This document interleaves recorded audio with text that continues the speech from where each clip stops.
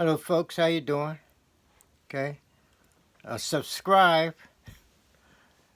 Uh, a lot of people have, let's say, bad feelings about the idea of cults. The cult. You know. Oh, when they hear the word cult, they say, "Oh, something bad or something's wrong with those people." Well, uh, we'll get into the cult, religion, and cultivation. Now, the word cultivation seems to maybe derived from cult, or maybe cult is derived from the word cultivation. But they both have to do with religion, okay? Because religion has to do with cultivating the body, cultivating the membership. So, and the ancient Egyptians they had their initiation process, which is a process of cultivation. And all religions do this. They cultivate their members to some extent. But in the old days, it was a very, very serious situation. Cultivating a person, preparing that person to return to the source. You see, the source and origin of humanity, the human species, you see. This is in preparation for acquiring skills and using skills in the best way possible. But it took a clear conscience to achieve this. And this is where the idea of going back to the source, to the original species, come from, because the original human beings didn't have a cerebral cortex. They didn't think. And so they lived by instinct, their senses, etc. They had memory, they had imagination, and so forth and so on, but they were not thinkers. Okay? So the thinking process, it turns out, interferes with, okay, acquiring and bringing forth knowledge and bringing on what they might call superintelligence. Thinking interferes with the process. Okay? So when it comes to stilling the thinking, okay, there were exercises for this. Okay, they do it today in various, we say, cults, religions, etc. And their secret societies. It don't have to be so secret, because a person can go to a yoga class and get involved in the same thing. Okay. So this is the cultivation process, that cultivating the body to respond in a way that the cultivator wants it to respond. So we have rituals. We have repeated practices. To repeat generates energy and power, you see. And so to let the personality, let's say, sleep, or the cerebral cortex, to let it sleep when there's no thinking going on. The brain is like still. They may refer to it as still of heart. This opens the door.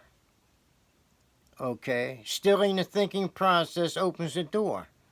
okay, in order to go back to the source, where we have experiences the same as our original ancestors did, because they didn't have a cerebral cortex, and today people put the cerebral cortex to sleep so that they could have the same experiences that the most ancient ancestors had. You see? So we get into the cultivation process in order to achieve this, you see, and it sort of demands, okay, the process would demand, okay, really changing the personality, okay. For example, when it is said that in a religious scripture to cultivate your fields, talking about the human body, not the field out there in the garden or the farmer's pasture, no, talking about cultivating the human body. This is what the mythology is about. So they say, hoe your fields, clear out the thorns, the thistles, the weeds, okay, so that the body can be cultivated, so like the same as a garden, so it can be cultivated, you see. The same thing, just we're talking about the body at this point, okay. We want the personality to be changed, really. It has to do with what the ancients would say about living. We have those who are living, and we have those who are doing more or less a super living, beyond what the ordinary person calls living, okay? And this is simply the raising of consciousness, a gaining of intellectual power beyond what the ordinary person does, you see. And this comes as a result of putting the brain or the cerebral cortex to sleep, and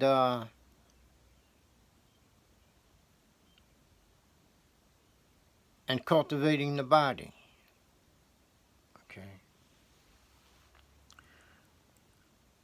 And this also involves, of course, becoming impersonal. That is, no emotional attachment, or we would say, yeah, emotional detachment. So that the feelings, emotions, passions won't interfere, you see. And so the cultivation process, okay, at least in the past, was engaged by religions and cults. They are the same. A religion is a cult. Now, some folks say that, they belong to such and such a cult, but they don't believe in religion. Well, they do, okay? If they're attempting to do the things that have been prescribed in the scriptures, okay, then they're doing the same thing that the folks in religions do, or used to do. And some religions, they probably still do, you see. They all carry out rituals, okay, the same as a cult. Rituals may be different, okay. Each cult, for example, has its mysteries or secrets. A mystery is but a secret that they keep to themselves and have been referred to as mysteries, okay. So the cultivation process, cultivating the body so that it will respond according to a person's will. It's also called opening the way. Cultivation process opens the way for these things to happen. It opens the way for a person to return, okay, to the state of being, okay, that the ancestors experienced. You see.